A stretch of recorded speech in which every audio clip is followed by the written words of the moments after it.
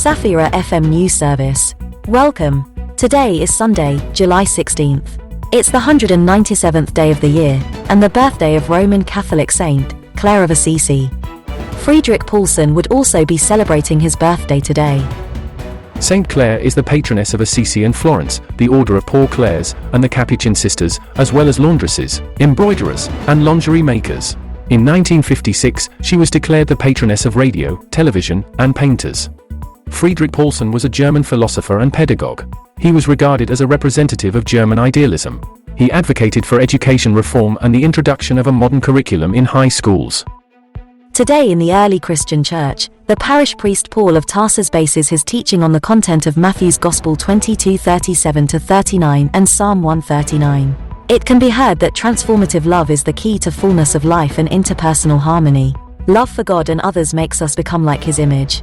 It is love that creates bonds, strengthens relationships, and gives a sense of security.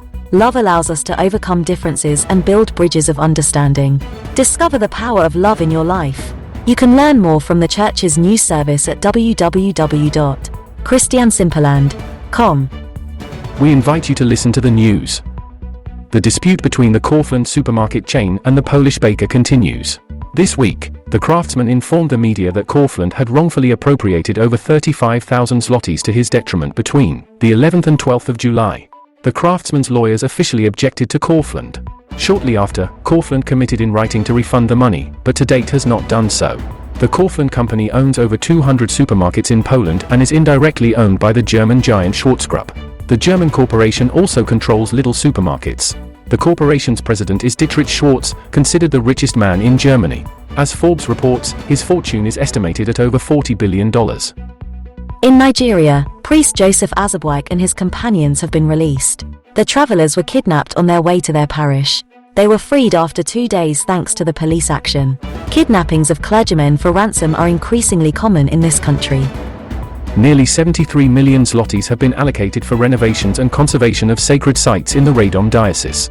Thanks to support from the Government Historic Monuments Reconstruction Program, historic buildings will regain their beauty. The beneficiaries are city and municipal authorities.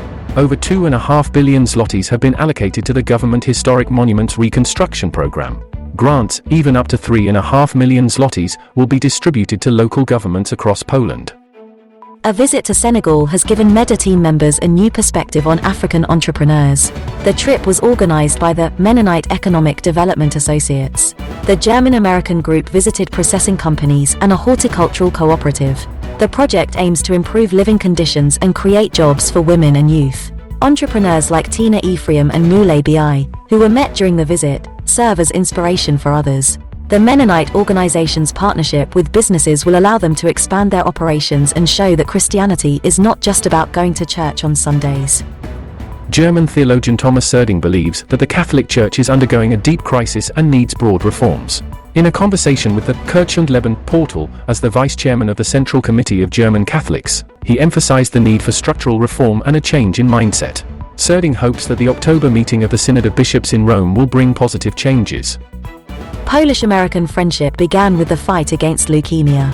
Maciej Bonowski donated his hematopoietic stem cells to Brian, giving him hope for health and a happy life despite poor treatment prognosis at the outset. This story, however, does not end with the donation of his cells.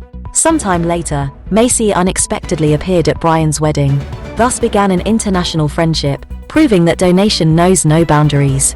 This story shows how one person can change the fate of another, and the idea of donation can unite different nationalities and cultures. That's all in Safira FM News Service. Catholics, Orthodox, and Protestants together. May God bless us all.